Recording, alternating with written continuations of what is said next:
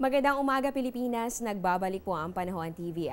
Nito mga nakalipas sa araw nakaranas tayo ng matinding pag-ulan dahil na rin yan sa epekto nitong bagyong Lawin, lalong-lalo na sa bahagi ng Luzon. Kaya sa puntong ito, alamin po natin ang pinakahuling datos ng Pag-asa tungkol po dito sa status ng major dams na ating binabantayan. So kasama po dito itong Angat, Magat at ganun din ang Pantabangan.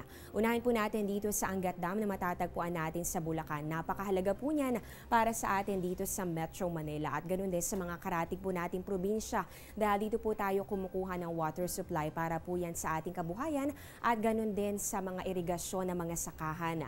Kahapon nagkaroon po yan ng pag-akyat sa water level na umabot ng 0.17 meters kaya naman ang current water level po nito 200.58 meters. Dito naman sa Magat Dam, dyan naman po yan sa Isabela. Nagkaroon din po ito ng pag-akyat sa level ng tubig na umabot naman ng 0.76 meters. At panghuli po natin dito sa Pantabangan Dam, naitala po dito ng Pag-asa kahapon alas 6 ng umaga ang 202.86 meters matapos po yung magkaroon ng pag-akyat sa water level na umabot ng 0.48 meters. So kapansin-pansin na lahat ng dams na ating binabantayan ngayon ay nagkaroon po ng increase o pag-akyat sa level ng tubig at nakatulong nga po dito yung mga pag-ulan at pagkidlat, pagkulog na naranasan po natin nitong mga nakalipas na oras at nitong mga nakalipas na araw. Sa puntong ito naman, silipin po natin ang inaasahang agwat ng temperatura sa iba't ibang bahagi ng bansa. Dahil makakaapekto nga ngayong araw ito pong rich and high pressure area, inaasahan po natin malaking bahagi ng ating bansa makakaranas naman ng maaliwalas na lagay ng panahon at kaakibat nga nitong rich ng high pressure area yung mainit na panahon. So dito po sa Lawag, inaasahan natin mataas ang temperatura, posible yang umabot ng 26 to 32 degrees Celsius. Para naman sa Metro Manila, para sa mga magsisimba mamaya, huwag kakalimutang magdala ng pamaypay dahil mainit po ang panahon, 25 to 34 degrees Celsius ang inaasahan nating temperatura. At isama ko na rin dito naman yan sa Legazpi, Diyos Marhay na aga para sa ating mga kababayan dyan. Dito po inaasahan natin generally fair weather condition at yung temperatura 26 to a possible high of 32 degrees Celsius. Dako naman tayo dito sa Visayas para sa Tacloban 26 to 32 degrees Celsius habang hindi naman nalalayo dito ang temperaturang inaasahan sa Iloilo at ganun din sa City of Smiles, Bacolod.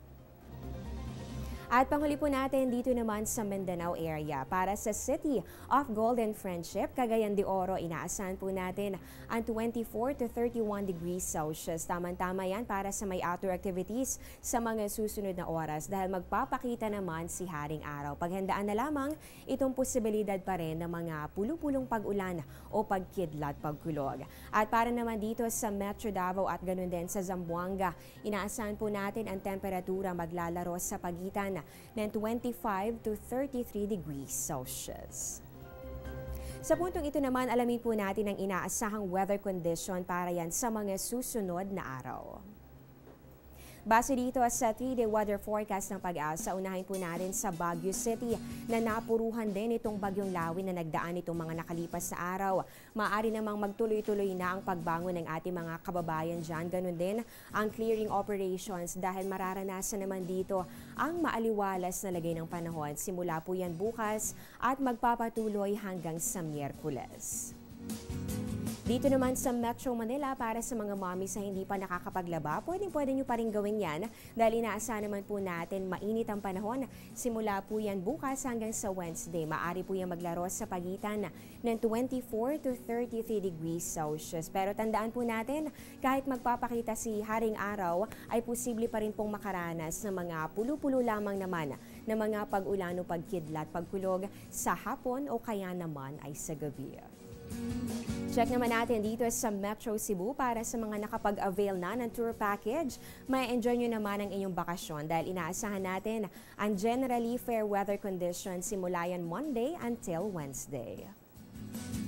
Dako naman tayo sa Metro Davao na kumainit at maalinsangan po ang panahon. Simula po yan 25 to 34 degrees Celsius. At ay inaasahan naman po natin yung bahagya hanggang sa maulap na kalangitan na meron pa rin chances ng isolated rain showers or thunderstorms simula yan Lunes hanggang sa Miyerkules. At panghuli po natin dito naman sa Zamboanga City na kilalang kilala sa masarap na kakanin at ganoon din sa kanilang makukulay na Vinta boats. Inaasahan po natin ang temperatura sa pagitan niya ng 24 to 33 degrees Celsius. Paghandaan pa rin ang tsansa ng mga pag-ulan o pagkidlat, pagkulog, lalong-lalo na yan sa latter part of the day. Huwag po kayo maglilipat ng channel dahil magbabalik pa ang Panahon TV pagkatapos ng ilang mga paalala.